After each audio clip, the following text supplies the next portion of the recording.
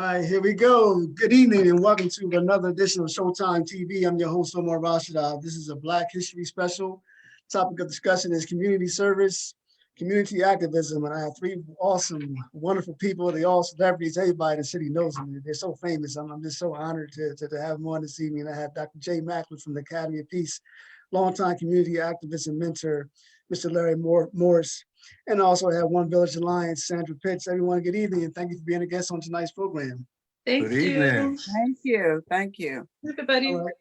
Okay, so we'll start off with Dr. J. Dr. J, if you could just give a brief summary of what is Academy of Peace and what is it that you do and how'd you go about creating it? Well, you know, a lot of people ask that question, and thank you for allowing me to share on that, because the name of it is actually the Academy for Peace, in that our mission and purpose is to promote peace from the inside out. And the Academy is an outgrowth of Stop the Violence Coalition Incorporated. That was started in 2001. Can you believe this is our 20th year? Wow. And I'm happy to say that I'm still on the forefront, cutting edge, along with Chandra and Larry, doing the work that it takes to bring peace. And peace is possible. And because I believe that, that is the end we work toward. But of course, like anything else, it comes with struggle, it comes with strategy, and it comes with strength of conviction. And I think that's why after 20 years, Stop the Violence Coalition Incorporated is still active. Now, how did we get to be the Academy for Peace? Mhm. Realizing that peace is powerful, but it takes purpose. We wanted to look at ways to engage the community in effective peace promotion. So in 2017, and I have to say a big thank you to Larry Morris, who at that time was the go between the governor and Stop the Violence Coalition. He invited the governor in 2017 to come and open the Academy for Peace. And so here we are today, 3 years later with the opening of the Academy for Peace, but 20 years for Stop the Violence Coalition Incorporated. Thank you for asking. That's awesome. All right, Mr. Morris, I mean, you've been around, you've been involved with NAACP and some maybe some other organizations. You want to talk about some of the organizations that you were involved with? Well, when I first came into community work, some of the people that were very active in the community was, of course, Hicks Anderson, Senator Holloway, Lewis Redding, almost all the people who are buildings are named after Lenny Williams and Arlene Chambers and so forth. You know, all of them were active in the community, and they were very good role models. So that's how I began. I started working with the NAACP Youth Council. Jim Seals was the president at that time in the middle 70s. And he asked me to direct or create the Youth Council. So we started there.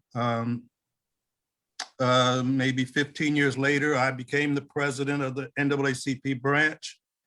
I've just been a part of many, blessed to be a part of many different organizations whose direct motives were genuine towards making the community better.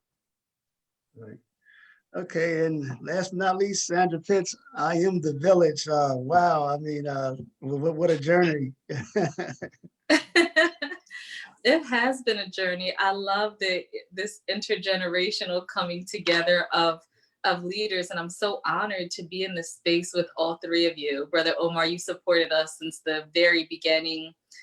We've been on your couch, and every event, all of our work. As I listen to you, Dr. J, who is not only one of my mentors, but my shero.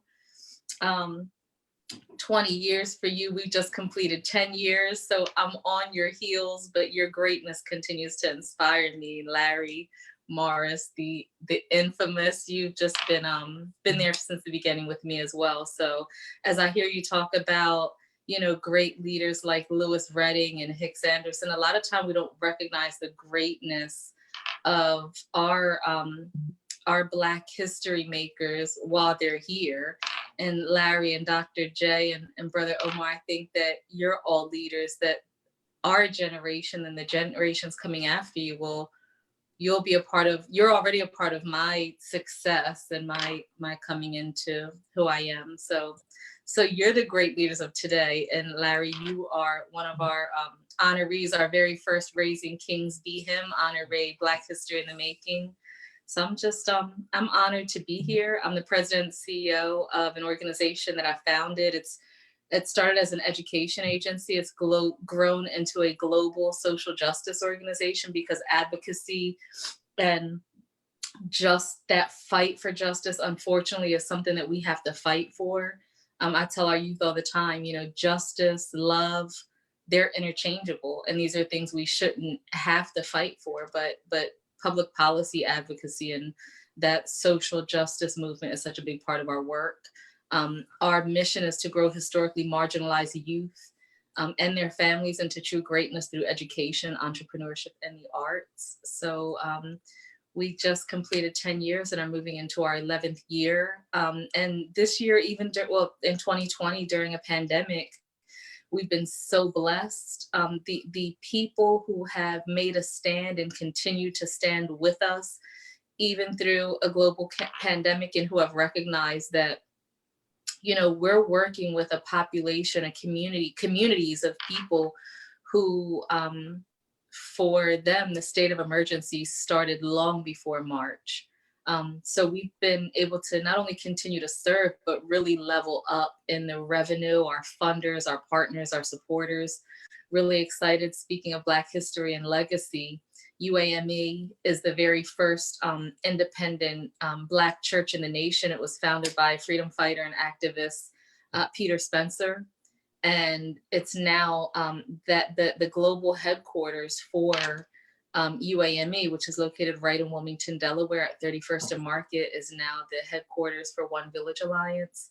We're bringing that space to life. You know, there's many churches, and but this is just a headquarters building, and it's now become the very first Black-owned cooperative workspace in the state of Delaware, and the first community-based, social justice center. So we're really excited about the work we're doing from, you know, the Delaware Valley to West Africa, where we have 240 schools there that are operating with our Girls Can Do Anything and Raising Kings programs. Man, that's Amen. awesome. Amen. You know, you have to have a very special heart and desire to do what you three do in terms of providing community services. I want to stay with Sandra, then move on with Dr. J and Mr. Larry Morris. Why did you decide to gear your career in terms of providing community services? For me, it was definitely a calling. I mean, our experiences shape us. So, you know, when you hear about people turning pain into purpose, when I was young, I had, I had a lot of great assets and a really loving family, but it took a whole village to enable me to thrive in life. But I also there were some real challenges. In school, we dealt with racism from our neighbors. We were surrounded by all white boys who would leave feces on our front step, and just, the bullying and brutalization and racism that we were surrounded by, not just from the kids in the neighborhood, but when we went to school. I'm a first generation Mexican American and a Black woman, but just growing into your identity as who you are, and seeing the difference in how teachers and, you know, predominantly white schools, how your self-image is shaped if you don't have those really strong, powerful messages at home. A lot of you know my mother and my father, so we did have those strong messages of greatness, but there's so many youth for whom no one ever tells them of their greatness. And I was watching, I had for Valentine's Day weekend, I had all of my 5 nieces and nephews over. We watched Black Panther again. And it's just that one most powerful line in that movie is, tell them who you are. And we have to continue to show our children who we are, tell them who we are so that they may know who they are. They are the next generation of Dr. King-like leaders, and they are Black history in the making as our way. So. Yeah, Dr. J? Yeah, Chandra, it's interesting that you will say, tell them who you are. That's the very reason I continue to keep the nonprofit status of Stop the Violence Coalition Incorporated active after 20 years, because there was a group, and you know the name, Reverend Dr. Maurice J. Yes. Who was one of the founding members, along with Harvey Powell Jr., Joyce Powell, many, many other leaders. It takes a village. It takes the entire community. But one thing that Reverend Dr. Maurice J. Moyer, great civil rights leader here in Delaware, told me many, many times, he'd say, daughter, tell the story. Yes. Tell the story.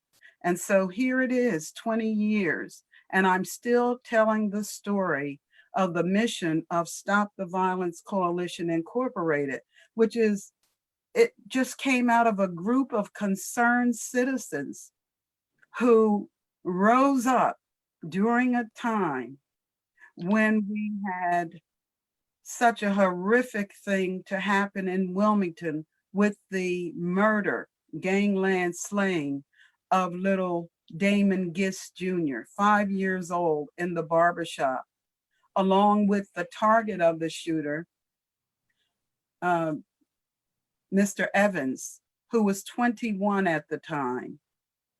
And from that, you can remember that it became national news. And we came together with clergy, business people, schools, you name it, the entire community. And out of that, our mission became, as a group of concerned citizens, our mission is simply this: to recreate a safe community by promoting respect and positive values. And that has been the story and the mission for me over these 20 years. But it didn't just start there for me.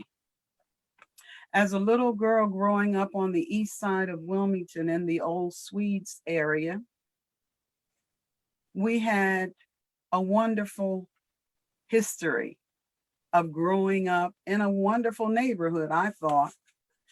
But it wasn't without the ills of society.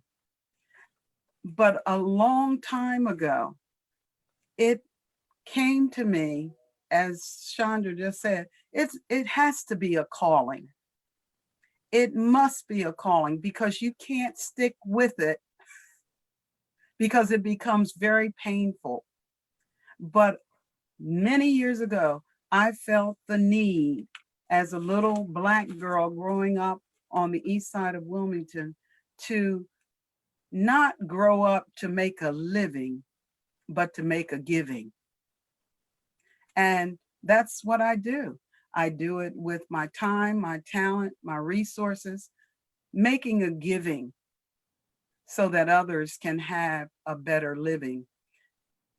It takes that kind of diligence and enthusiasm, really, the joy of the challenge of what you're doing, your mission, your purpose. And so I just really thank God for people like Chandra and Mr. Morris, who have been very, very supportive. And of course, you're always there allowing us to share and tell the story. Absolutely. So thank you for allowing us to continue to tell the story, because that's very important. Our children need to know that they're valuable, they have purpose, and that there is a history that will catapult them into their legacy. Absolutely. And they'll choose this life work of civic mindedness. Mhm. Okay, Mr. Morris, you gotta follow that. You gotta follow that. What was the question? Oh, um, what was the reason why you decided to get involved in community services? I have to concur with the other two distinguished panelists that this is a calling. It is a calling. There have been people who have gotten into community activism and promotion and so forth for the wrong reasons, and they don't last because it's hard. It's hard and it's thankless sometimes, and it's not something that you will get rich off of. And so it has to be a calling, it has to be a love. I know that I'm a spiritual person, and I believe that God has, when you're born, God has a plan for all of us. And then he, because he's a loving God, he wires you with what's necessary for you to be successful at your plan. Yes. And depending on the degree of your plan, he won't let you interfere with that. So I'm from Bridgeton, New Jersey. Chandra. Yes, I always forget that, Larry. And Yes.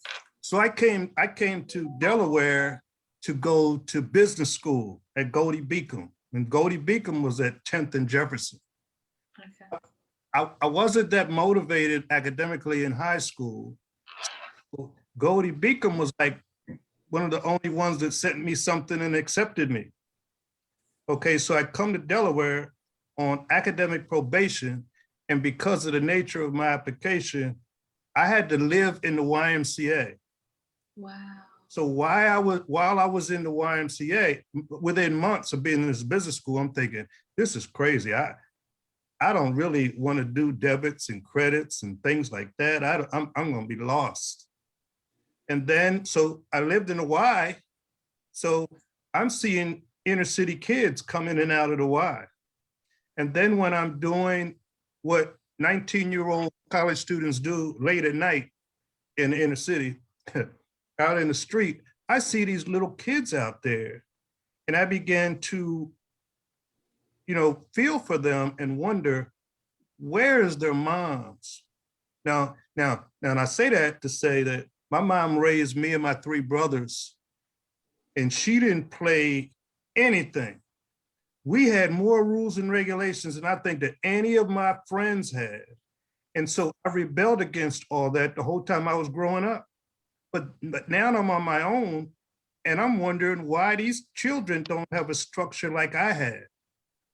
So I began to, and then so, okay, my mom has all these rules and regulations. There's no way I wanted to go back home that following summer. I was offered a job in the YMCA, working with children. And I've been doing that ever since. And it's something that's, it's heartbreaking at times. And there are people that you want to help that don't get it, and you're not able to help them. There are people who throw stones at your work, throw stones at you, and it just becomes, it's hard, but it's very rewarding. On the other side, it's very rewarding. If that's what you're called to do, you can't do anything else. There's no way you could get away from it. There have been jobs that I've had that I've been saying to God, I say to God, come on, God, I need a real job. I remember those days, I need a real job, and he like saying, well, sorry. And some of those jobs where I was hardly getting paid at all are the jobs that turned out to have the biggest impact on some of the young people who are now adults. So, and then again, like I said, I had really good role models. There was Hicks. One of my first uh, uh, Okay, I think you got a little stale for a minute, so we'll come back, Mr. Morris. But he's Let mentioned, me just jump in oh, sure, where go ahead. he was leaving off. I can remember with Stop the Violence Coalition Incorporated when it first started. One of the things that became clear to me is that it must continue because bosses will, I don't know. Go ahead, Larry. Okay, Mr. Moore, yeah, you got cut off a little bit, so Larry, you're on. your mute is on, Larry. You're on Hit your mute. mute. Unmute, There you Mr. go. Moore. so my role models were primarily men who were doing community work. One of my first bosses was Floyd Casson, the twin brother of Lloyd Casson, who unfortunately passed away several years ago. Floyd was such a strong, dynamic Black man. We were just in awe. I mean, we learned something from Floyd every day. And while I was working for Floyd, Jim Seals became the president of NAACP. And Lewis, I've been in meetings with Louis Redding and certainly with Senator Holloway. And so I've had, and Hicks, oh my gosh, Hicks Anderson was we could do a whole show on Hicks Anderson. Hicks Anderson was brilliant. Mm. He was so brilliant. He had an alter ego that made the people that where he was trying to fight against, they were scared to death of Hicks. Mm. Tactics was, I mean, I've been with Hicks and I'm like, oh my gosh, we're not gonna get out of here. But Hicks was very, very effective. So I had very good role models and mentors. And now that I can look back, you reach a certain age where you can look back and see what you learned and who you learned it from. And here's a point too. I'm sorry I'm taking up a lot of time. I learned stuff from people who didn't know I was watching them. Exactly. They didn't know that. And much of who I am are bits and pieces of these different people that I was watching from a distance. So consequently, I had to come to the realization that there are people who are watching me that I don't know is watching me. So I have to govern my activities and my behavior and my language and everything appropriately. So those people, those young people that are coming up to want to be community activists or whatever, you know, there are people who are watching me, and I learned that from my mentors. Right. Okay, Dr. J, you were saying something earlier. Did you want to finish your thoughts? No. Okay. Okay. Well, let me ask this question. All three of you mentioned the youth. And when you work with the youth, I mean, I admire those who work with the youth. It's not an easy task because not only are you dealing with the youth. Oh, that's what I was going to say. You prodded my memory. And that's exactly what I was going to say, piggybacking on what Larry was saying. When we start out with this work, a lot of people may say it's, you know, you have a name, it shows up in the newspaper, or you do great things, you're in a magazine or whatever the case may be. But when Stop the Violence Coalition came into play, there were deaths. And I'm sure Larry, especially being around my age, will remember that we were looking at 100 young people dying in a short period of time due to gun violence. And one of the things that Stop the Violence used to do was to go to every funeral. And so you have to have a heart to do it, because compassion and caring about the people, it's real. It's real, and it becomes a part of you. And I began to say, if we save one life, our mission was not in vain, even if one life was saved. And so it became worth it. And there were many, many, many people who sewed into the work, who participated in the movement, who walked the streets with us, you know, CTAC, Churches Take a Corner. All of that was a relevant movement for that time and is still necessary today. And so, yeah, all of us working together is important. It's important because we're in the same vineyard. Right. And the harvest is great. Go ahead, Sandra. Brother Omar, I just wanted to thank you for that, Dr. J. Larry, you said so much, you know, Yes, that, and, you know, I love it, Omar, because you always bring us into these conversations. So one, Larry, I have a question. When is your book coming out? It is a crazy thing because I can help people all day long and I can talk for people all day long, but when it's time to talk about me, I want to help you. We have got to great get that book out. reluctance. Yeah, Oh that man, book.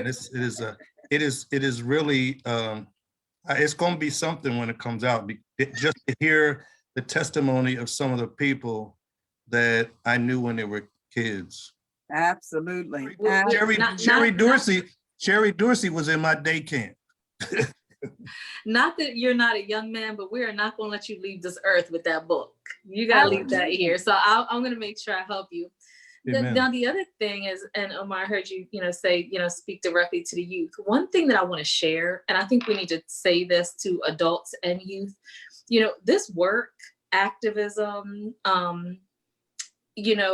the fact that we have been chosen for this life of great purpose to be ambassadors for justice, for children, for families who have been marginalized and left behind for so long.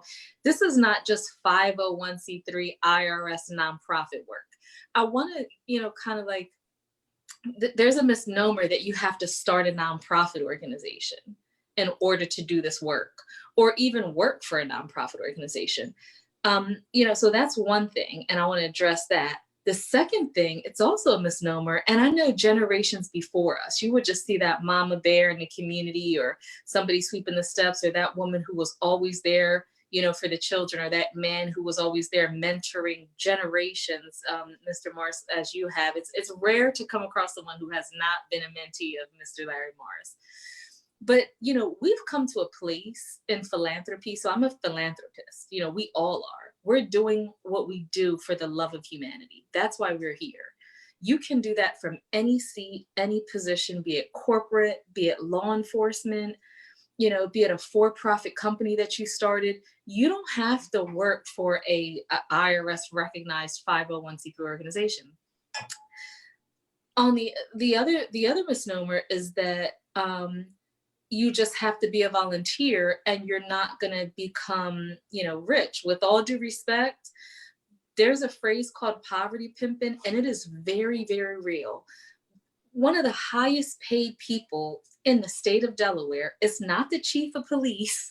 It's not, a VP. It is a nonprofit executive director that we all know. We're talking about triple six figures. $300,000 and up is her annual salary. I just want to let you know, there's a nonprofit that started. There are hundreds of thousands of dollars, millions of dollars just in Delaware. And this is really public information. Philanthropy Delaware Community Foundation. You can Google this very easily, but millions and millions and millions annually are being doled out to people who are professing to do work in communities of color. And 95% of that money is not being given to community leaders of color and people who are uniquely qualified to do this work.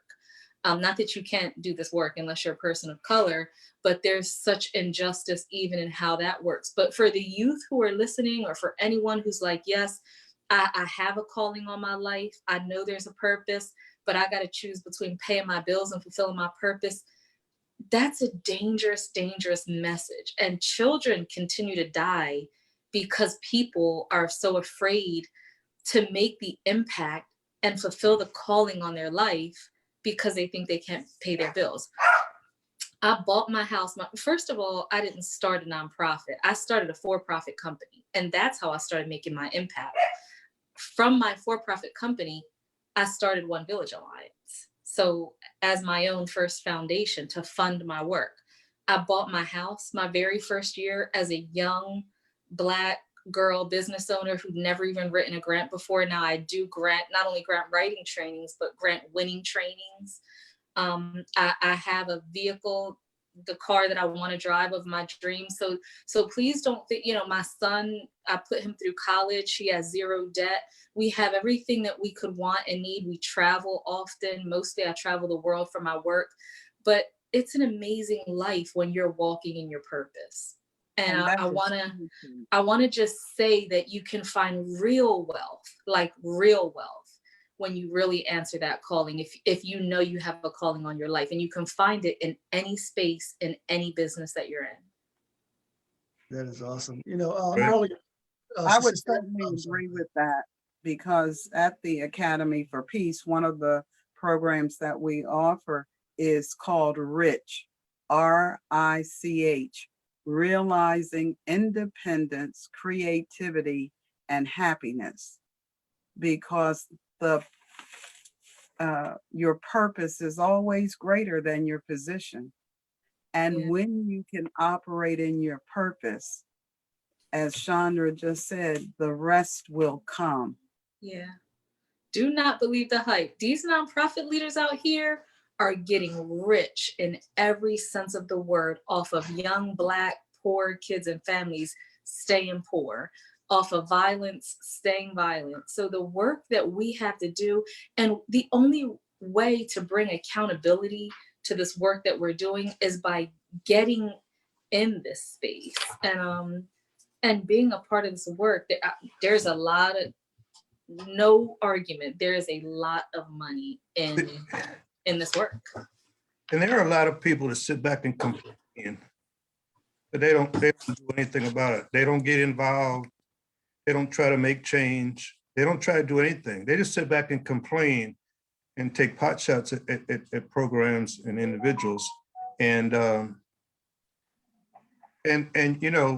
we need people to actually care about the community. This kind of work, to make impact, you have to care. You have to care. And particularly when you work with children and poor folks. Children and poor folks know right away whether you're sincere or not, and whether or not they want to be a part of you, whether they want to be around you. They've been hoodwinked for so long. Yeah. By these pretend programs and pretend people. Poverty pimps. Yes. Yeah, and so when you try to help them, they don't know whether they want to talk to you or not. Yep. Because you might be just like one of the others. Yeah.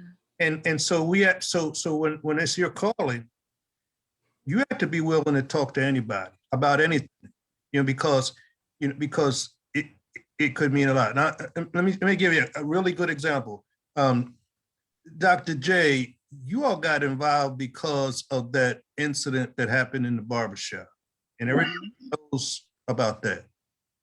Well, and I was part of ones, oh my gosh, this is just awful. This is just awful. They should really get those guys who did that, et cetera, et cetera. Well, several months later, I got a letter from the guy who drove the car. And I had him when I worked at Ferris. And his heart was breaking. He's in jail and he's writing me a letter. And he's telling me how he's so sorry. His heart is, he first of all, he's saying he has let me down. Yeah. So sorry. Yeah. He's so sorry for the family. He's so sorry. So, of course, that melted my heart, and I started a dialogue with this young man, and he served time in prison, and he's out now, and he's doing well in the community. He takes an active stand in things that are going on in the community. So we can't judge. I mean, we have to be open. We don't know what the circumstances are that cause people to be poor. We don't know circumstances that cause little or children to be delinquent, or for adults to commit crime. We just don't know the whole story, and we have to be open. And whether or not, and because here's the other thing, how we treat individuals as we come along, as we meet them, they spread the word. You know, they either say, you shouldn't deal with Larry Morris. He doesn't mean what he says. You know, he'll string you along, or he'll say, Larry Morris is the person you should call. Yeah. And that's how people begin to open up to people that really need help. They're not sure they need help. The day that they realize they need help, they want to talk to somebody that can help. That's sincere.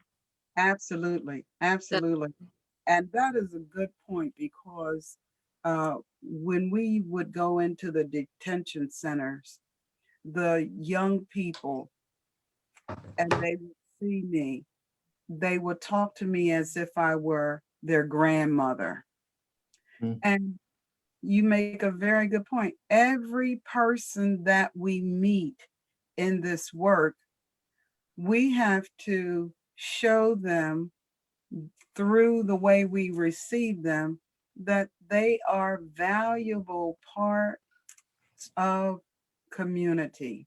And that we respect these and that young we people. Exactly. And that's why we have that in our mission, to recreate a safe community by promoting respect and positive values. And so I never forget that. That is what I want to be about. That is what I want to offer to our youngsters growing up now, that they can be all that they can be, and that there is a way already paid for them. And Chandra, you said something, I believe, that's important as well. And I think Larry mentioned it too. When you're doing this work, I liken it unto the gospel. It's the good news that there is a better way. Absolutely. Of doing something and presenting something. And if we can just do that, with the mind that, listen, you don't have to be the CEO. You don't have to be the preacher behind the pulpit. Right. You don't have to be the community worker getting paid. Just do you with a heart of compassion. Yeah. And the rest will come. It's like, go ye and just tell somebody. Each one reach one, each one teach one. Everybody tells somebody, and eventually peace grows from that. Absolutely. You know, I want to Dr. J and to Sandra in particular, you two, you have your own buildings now. And Dr. J, I've been in your building on numerous occasions, and I watch you feed people food. I watch you allow people who didn't have money, who didn't have money to rent a facility where they can come in and say, if they have someone to give you, they can give it to you. If they don't have it, you can still use this facility. You have an open door policy as well as Sandra. I watched Sandra when she was in a church in Southbridge, and she was on Washington Street. Now she has her own building. So I want to ask you too, how does it feel? How did it feel when you got your own building? Because now you can operate as long as you want to do it. You don't have to worry about getting out, rushing out 6 o'clock or waiting for this or waiting for that. I mean, you can come in anytime. Yeah. Just talk about just having your own building, and then also talking about having your doors open. You're safe havens for the community. We'll start off with Sandra and Dr. J. You want to start with me? I'll be honest, you know, a building structure doesn't excite me. Building community really does. So we've never put a lot of resources into a building. I think it's, you know, there's something unique about our organization's approach to community engagement. And a lot of people don't realize it, but our goal was not to have a building as a part of our founding mission. It was to leverage existing resources in the heart of communities that need us the most. So this barrier of transportation, can people get there, when I started this work, I was shopping for a building. Like when you want to start a community organization, the first thing you think you need is a building. And someone said to me, Chandra, there's all these buildings out here. And I realized, I went through Wilmington, and there's all these great missions, all these organizations, all these great programs on the brochures and on the website. But then you go into the building and it's empty. There's no one who can really reach into that community. Transportation is a barrier. Families don't know about the programs. How are they going to get there? We all go to these meetings, and now we're on Zooms day and night where we're talking to each other about our great work and our great programs. But there's such a barrier between communities and children and those most in need getting there. So we never took that approach. If we build it, they will come. We wanted to come directly to community. So we have 5 key partners, and this is across the globe where we work. It's public schools, well, any school, of course. So we want to go right where kids are. I mean, if the school closes at 3 o'clock, here's this empty building with heat, air, and lights, right where we need to, literally meeting them where they are. So schools are a partner, public libraries are a partner, faith-based faith-based partners, or churches, maybe 1 or 2 days a week, but they have these sprawling campuses and buildings. That's why we've always been in churches. Low-income housing communities. Every HUD-funded property, be it public housing or privately owned public, projects or low-income housing, they must have a community center as a part of the blueprint to get funded. Okay. However, that's the end of the law. They don't have to do any program there. So 9 times out of 10, any low-income housing always has a community center. 9 times out of 10, it's empty. It's not, there's no programming happening there. And then we're in every institute in the city of Wilmington where youth are incarcerated. So facilities where youth are incarcerated, a captive audience, right? So we break down any barriers, and those are our partners. And we do have round-the-clock access. We've always had to our facilities. I mean, of course, if it's a library or public school, not so much, but we've always had those spaces, be it Grace Church and, the low-income housing facilities. We have full reign and access. We have a lease type agreement, but it's a shared investment. So we're not spending any dollars on rent, mortgage, lights, even maintenance in any cases. That's all a part of our contract. And 100% of every dime that comes into One Village Alliance goes directly toward programming and staffing our programs. But to the Freedom Center, it's an amazing 10,000 square foot space. It was a huge undertaking. Any building is. My staff called me just before this call started that there's the roof is leaking. So there's always these things that have to be considered with a facility, but we have a lot of support. It's an amazing state-of-the-art facility. Yeah, it's 24/7, access. We're able to be a greater resource to house small business owners. We have back office space. We have a state-of-the-art culinary arts center and commercial kitchen for caterers or food trucks, anyone who wants to get into that space, but because of, discriminatory lending, can't get a loan to start their own. We give them a good starting place. We do all kind of workshops and trainings. We have COVID safe space for convening in person and meeting, which we've been doing all throughout the pandemic. We provide 2,500 meals to people in need every single week. So this building, we're developing a performing arts center. But again, we have to remember to intentionally, on purpose, consciously remain outward reaching. It's not about a One Village Alliance building or Chandra's building. That's why we call it freedom. We want to invite everyone to freedom, every business owner. We house mission aligned organizations there if we have a shared mission. So we're all, taking on this heavy lift together. So it's truly, truly a community space, and we're just as outward reaching. And when the world opens back up, we want to go back into those schools, Ferris, Snowden, Moulds, Grace, the public libraries. We want to continue to be based in every community. We got a call today, a 15-year-old kid needs tutoring. I mean, he's on the verge of dropping out, and it's a condition of his probation. He has, he's not getting the support he needs on this Zoom school. But we're on the north side, and this kid may or may not be affiliated. It may or may not be safe for our kids to cross community lines. So we have to go into those communities with the full armor of our purpose. We've got to stop just attaching our work to a building or a warehouse. That's just not the nature of true community impact. Dr. J, Academy for Peace. I can say ditto to everything she said, because when Stop the Violence Coalition Incorporated started, we started as just a response to what we saw happening that was horrific.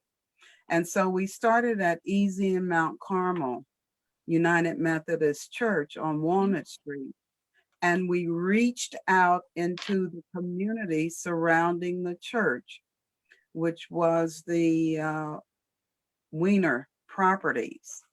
And from that, we started all of our programming. We went into the detention centers. All of our meetings were held in every center in the city, every community center.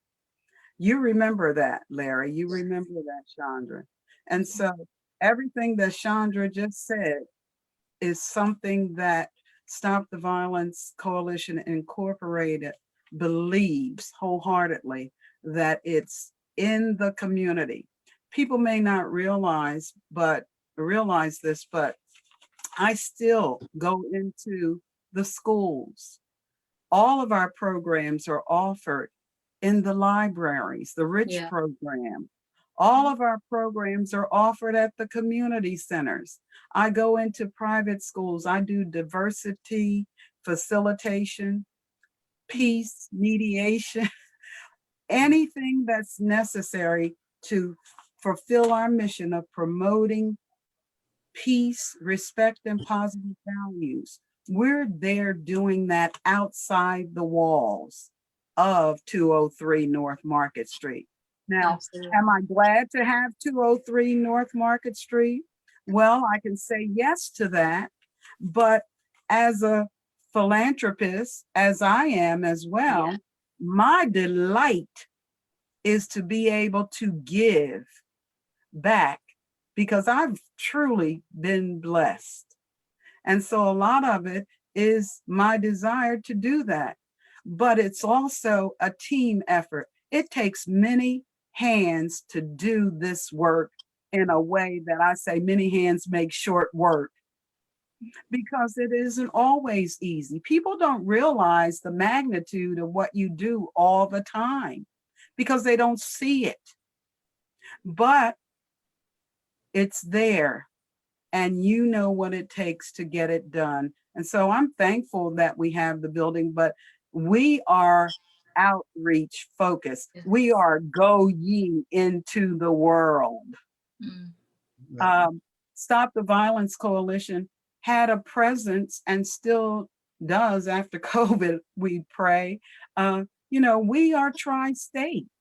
We have done conferences in Delaware, Pennsylvania, New Jersey, Maryland, wherever we are called. We have a full program that we can take just about anywhere, doing just about any number of things to promote peace.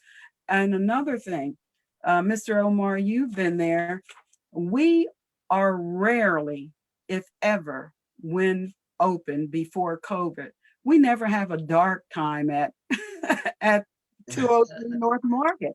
We are there. We're there for the homeless that walk past going to the Sunday breakfast mission, where I learned a lot about compassion because I was there for 7 years as the Sunday minister. People don't know that.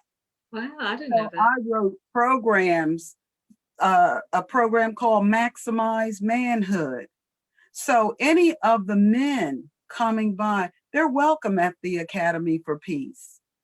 In the prison system, we go in. We have a program called PrEP, Pre-Release Empowerment Program. In the schools, we offer GLAM, which is Glowing Ladies Attitude Models, promoting the right attitude. They send me all of the girls who are those who have what they would say would be a bad attitude. And we look at them as young ladies just needing to know who they are. And we call them queens with our pageant program. So there are many, many things that we can do inside the building, but that's just a place to hang our hat because the work is out there. Wherever out there is where we have been, where we are, and where we are going to stay. Because people are hurting. And after COVID, Chandra and Mr. Larry, get ready because the work is just beginning. Yeah, absolutely. And we've been doing the work, you and I, Dr. J, all through COVID. You know it. So excited to have you in this work with me. Thank you so much. And as well, you know, you got something we're working on, gonna be working on. I'm excited. About it. And that's another thing, you know, people, and we have to be really careful about this. Don't presuppose that there's any kind of rift between those who can be meaningful partners to reach the community, because every hand is needed on deck. Absolutely. And so if you can't find something to do, seek us out and find out what you can help us do. Every job I've ever had, and I've had some wonderful, wonderful opportunities from government to banking to religion, you name it. I probably had a little taste of it, but every job started with volunteering. Yes. And I like to teach young people to volunteer because that volunteering led me to an entrepreneurial spirit, I call it, where I'm an entrepreneur. And it also led me to get good jobs because I had experience from volunteering. So I'd like to impress upon young people, don't rule out volunteering because that might be the door, your foot in the door. You know, Sandra, I want to ask you, I was thinking about this as I was preparing for the show. You had a vision, the One Village Alliance. And one of the things that just struck me is that through your vision of building such an awesome organization, you have created jobs for people. I mean, this pandemic, people are losing jobs. I mean, you're hiring counselors, you're hiring mentors, you're hiring teachers, or whoever else you may be hiring. So have you ever just sat back and said to yourself, wow, this vision that I created, I'm bringing people jobs? You don't bring me to tears. Absolutely. Every time I turn that key, you know, I live in such extreme gratitude. And that's what I, you know, hinted to when I say you could find true wealth in your purpose, whatever it is, man. To be able to not only employ, I mean, we've employed 13 new individuals just during the pandemic. 11 of the, I'm sorry, well more than that. You know, we've employed about 28 individuals. Now, 25 of those individuals worked with us all summer. And out of those, you know, 28 individuals, 25 have been youth employees from high poverty households. And we were able to employ those youth not only to give them, you know, a job, but a safe haven, somewhere to be, a mental health support network around them. These are our Freedom Fellows. But at $11 an hour, many of them became immediately the highest earning worker in their household. In their household, yeah. So not just employing them with a minimum wage, you know, fast food job, which is very valuable, but a real meaningful work experience where they're training, they're CEOs in training, they're activists and philanthropists, and they know these words. They know what they're training for. They are getting volunteer experience. They're giving out brand new winter coats to people who are cold and brand new prom dresses. They understand the value and respect that we're not, you know, there's a lot of value in use, but I'm just saying you know, they get to develop and respect the communities that they come from and serve those communities. And then the adults, you know, I have to shout out, You know, there's a young woman who's going through a career change, you know, and as a middle age, you know, late in life, and she's so excited. She's always wanted to do community work. She hates her job, and she hated, you know, her job. And finally she said, you know, just give me a reason and the power and an opportunity to walk out. And for the first time, you know, at 46 years old, she did. And Awesome. she's my newest hire. She just was in all day Awesome. yesterday for an orientation.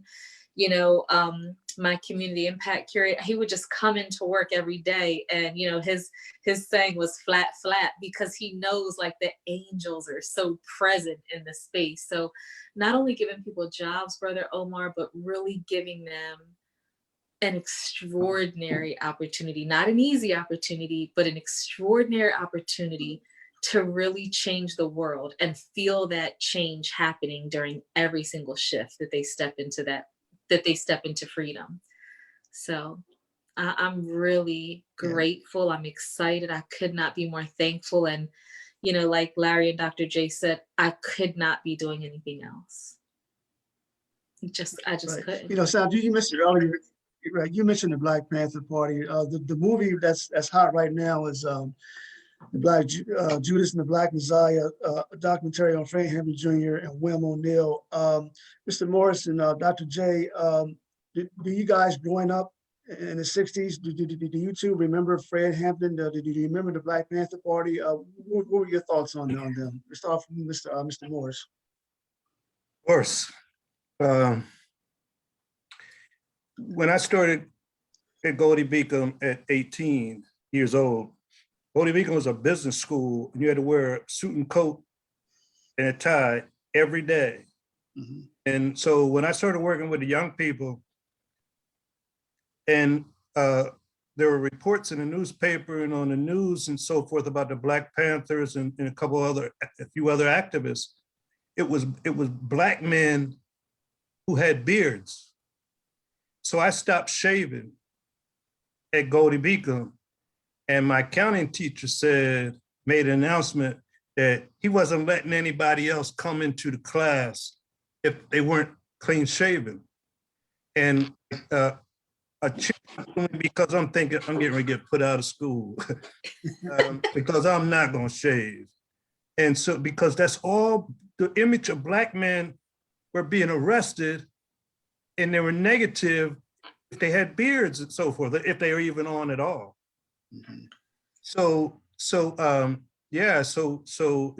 Then I had I wore Black militant boots and a green army jacket everywhere. As soon as I came out of class with my coat and ties off, I put on my uniform.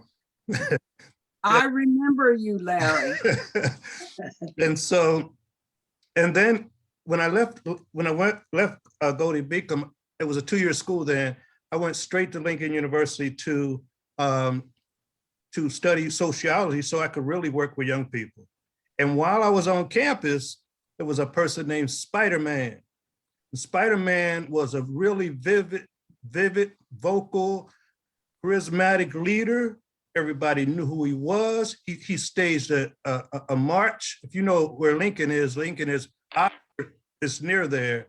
And Oxford was a little country racist town. They were going to march. Spider-Man had everybody organized to march from Lincoln to Oxford. And they called it off. The police and everybody called up. Guess who Spider-Man was? Who, you? No. Oh. Spider-Man was Gil Scott-Heron. I remember that, yes. And so here I was on campus with activists like that, and through a relationship that I had at the time, this young lady lived in Germantown, and she was also active. So I began to work in the Saturday school. The Black Panthers had a Saturday breakfast program in school there in Germantown, and so I worked for a while there. So I certainly knew all of that, and Malcolm X. As much as people say, they quote Malcolm and everything like that, everybody did not like Malcolm. Absolutely. All black people. I'm talking about black people. Of course, the They white. don't appreciate us till we're gone. We got black leaders So, among us right yeah. now. So yeah, I was Dr. J, remember when the young lady got shot for stealing a peach? That was my cousin. Yeah, I mean, we had a Yeah. match. And I unfortunately can't remember her name right now. It'll come to me. But this young One lady, one of my relatives told me about her. Her name was Sheila Farrell. Sheila Farrell. Sheila Farrell. Yes. Yeah.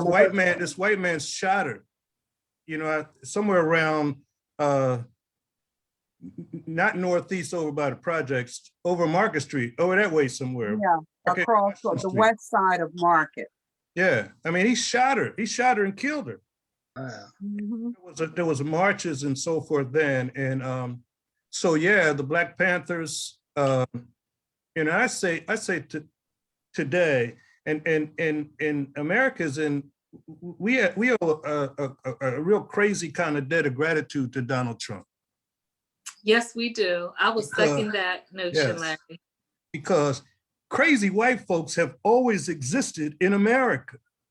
These Proud Boys and KKK and all these other, they've always existed. They've always been here. Because their target was us. White people didn't budget, they didn't bother them at all. They didn't bother them. Donald Trump made it so that they felt it was safe to come out of the cloud. Yes. So where we're working all around white folks that were affiliated with the KKK and these other crazy radical groups. We didn't know who they were. Now we know exactly who they are. And who they are. Yeah, we know who they are. We know where they are. And so I use this. So here you, at one point in America, you had the Black Panthers and you had the Ku Klux Klan. The Black Panthers promoted safe communities, schools, medicine, food for children, and all that. And that's what people don't realize. The Klan, they openly say their whole existence that they don't like Jews, Black folks, and anybody else. Their whole existence was based on murder, destruction. On hate and murder. Hate. Okay, so what happened in America was that J. Edgar Hoover, the head of the FBI, Klansman, targeted the Black Panthers for elimination. Yeah. He do a daggone thing to the Ku Klux Klan. So he systematically assassinated leaders in the Black Panthers till they basically they were gone. They were gone. And the Klan, they didn't do one thing to the Klan. We grew up during that time, and you know, and there were little groups, you know, around town, you know, that were kind of militant groups that patterned themselves after the Black Panthers, you know, small youth groups and like that. But the new Black Panthers, Blackie Black. Man, Blackie Blacks during that time, boy. And during that time, you had such things. We were becoming aware. It was right after Dr. King and Malcolm were killed, and prior to that, Black folks didn't say a whole lot. I mean, you know, folks weren't militant.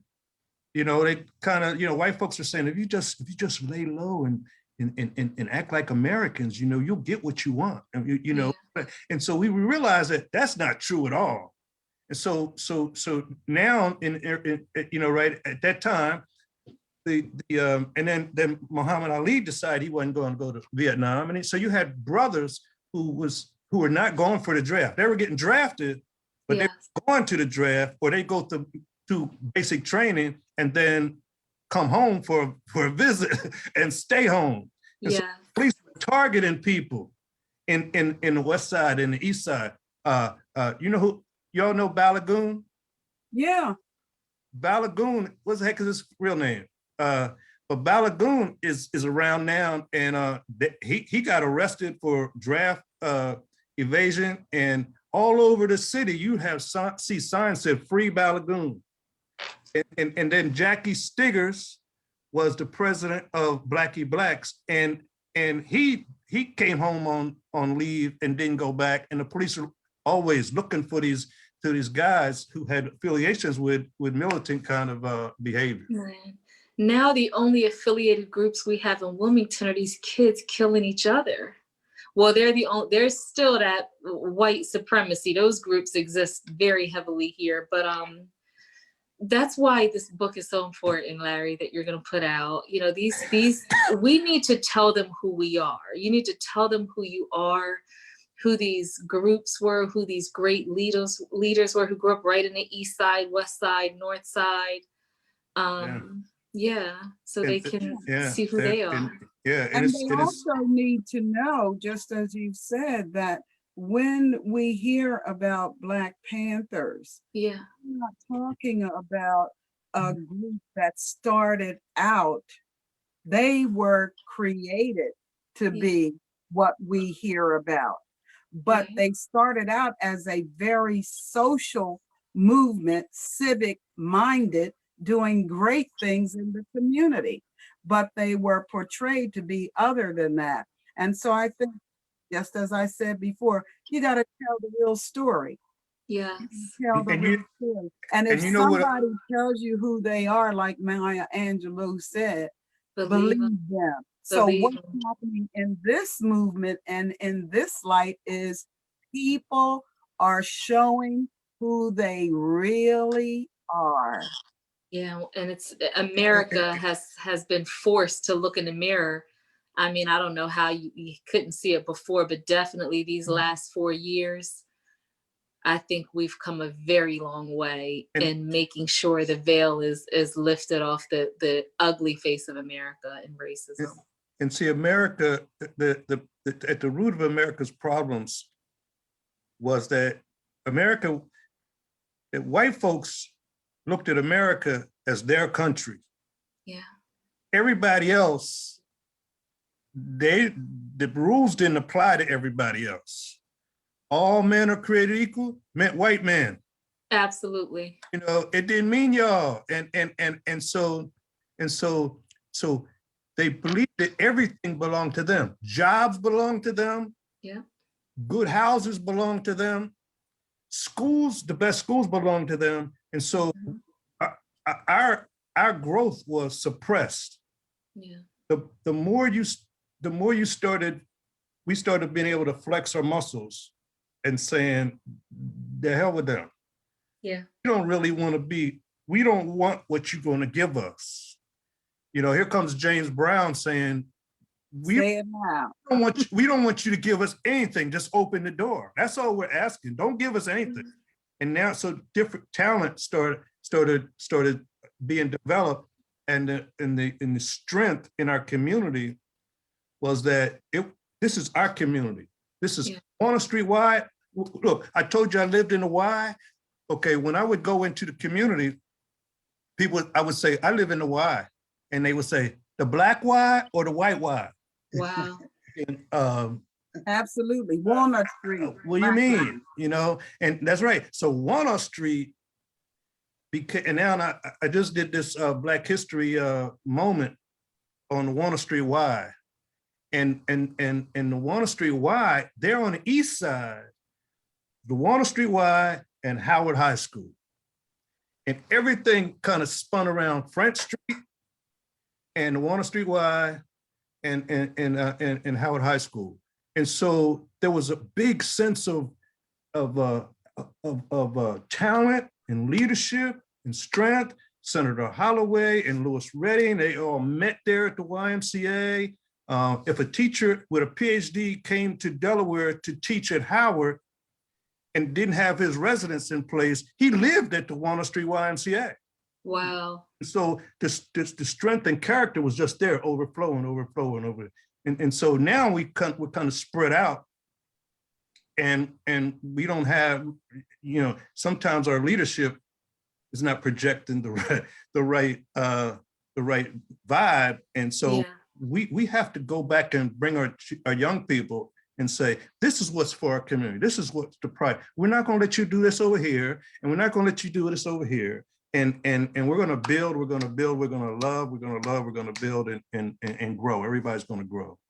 Yeah. And you know, Larry, you're right on point, because I think of the People's Settlement Association, what a vibrant entity that was during those days. And now we've really lost some of the icons and the monuments, if you will, of our illustrious history, especially around Walnut Street and going back through the East Side. That's where our teachers live. That's where our Yeah. dentists and our psychologists live. Yeah. That's Well, where, it is under full-blown gentrification right now, and we can be a part of that. And it's vital that we do, because those properties are being taken and given. oh yeah, I've been and- noticing. Yeah, Yeah, yeah, I've been very noticing. subtly and quietly, but it's all Mhm. white men. It has not changed. It's Mhm. just very subtle and quiet. But this is why But this when information is so 95 came important, through, so that we can be a part of. If we're still Black history in the making, if we're still the great leaders, this is the story. Dr. King said the greatest tragedy that have to be recorded during our time of social transition is not the strident clamor of the bad people, but the appalling silence of the good people. What we do and don't do will be recorded in history. So It's- that's why it's so important to live in our true greatness as we're raising up generations and communities and people to be great. We got to be great first. Right. and if we don't learn how to love, we will perish. Yeah, and sometimes being great means being radical.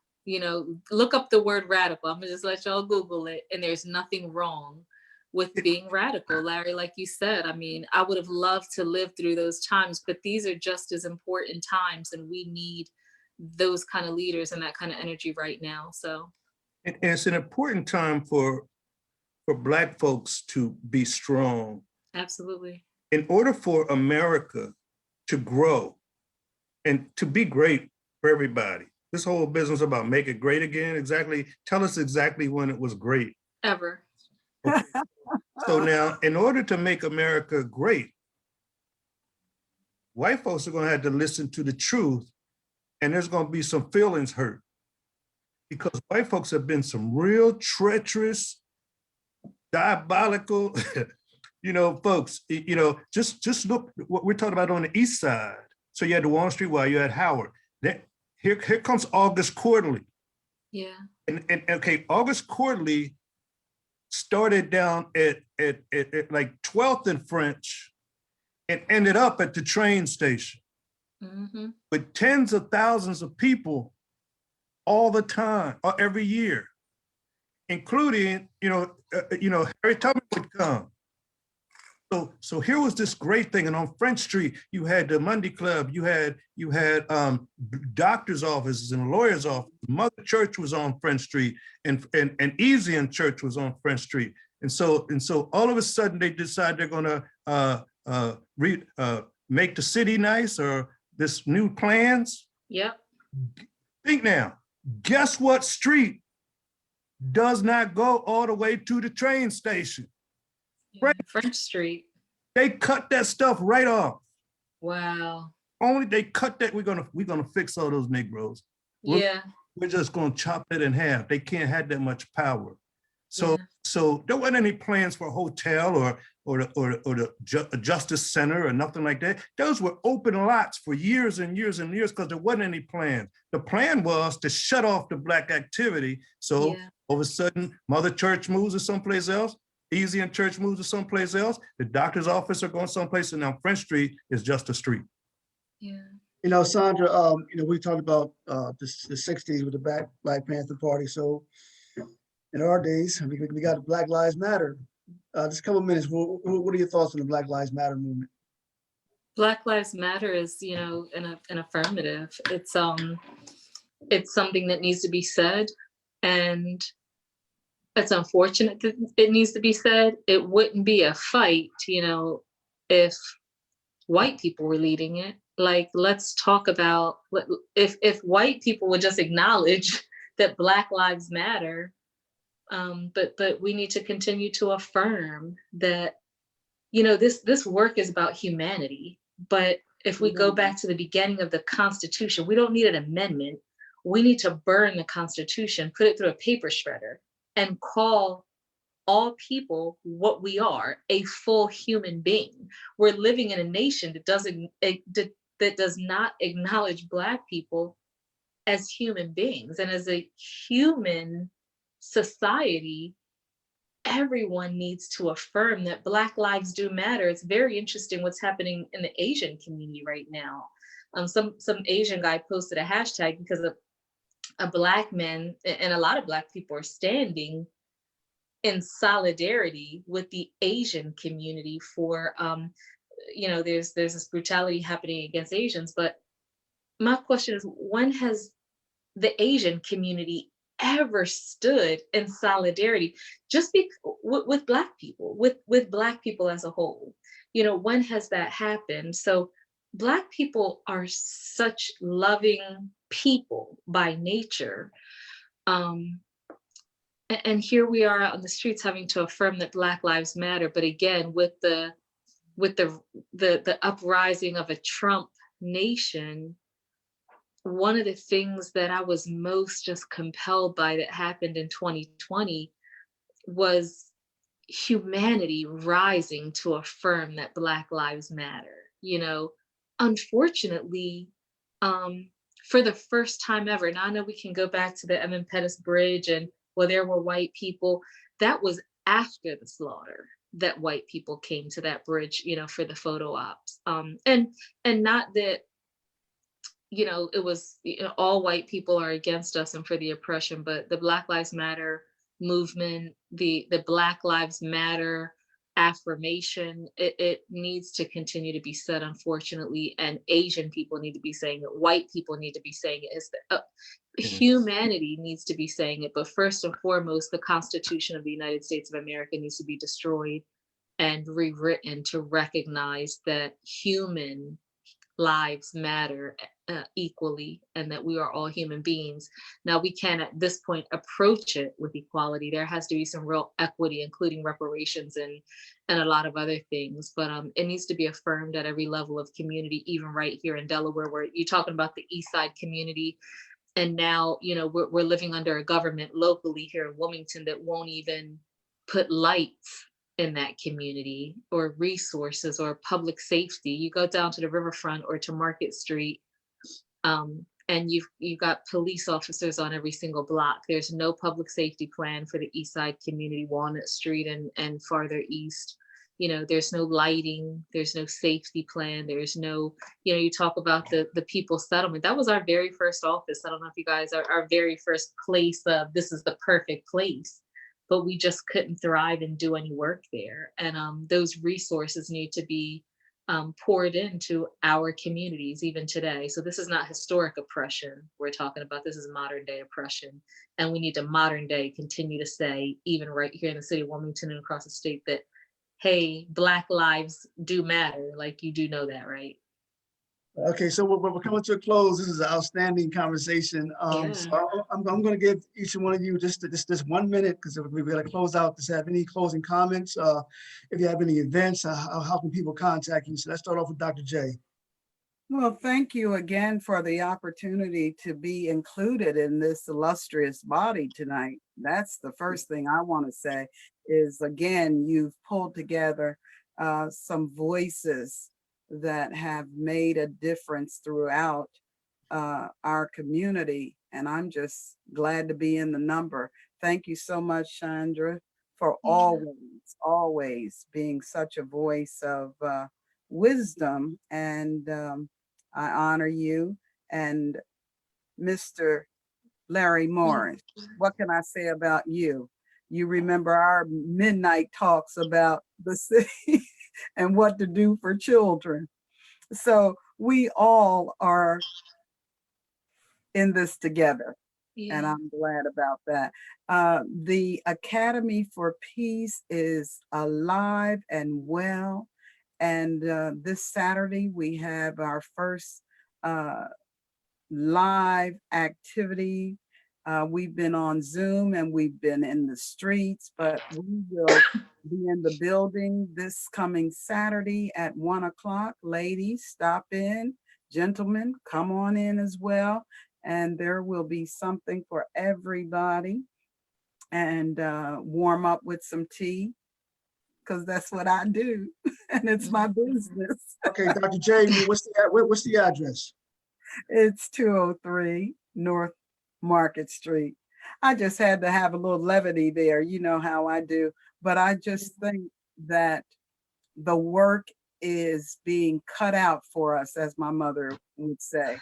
She said, you got your work cut out for you.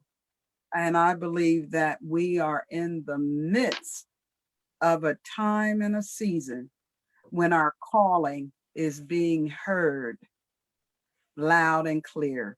So stay true to your calling, my colleagues in this work. Okay, Mr. Morris, 1 minute.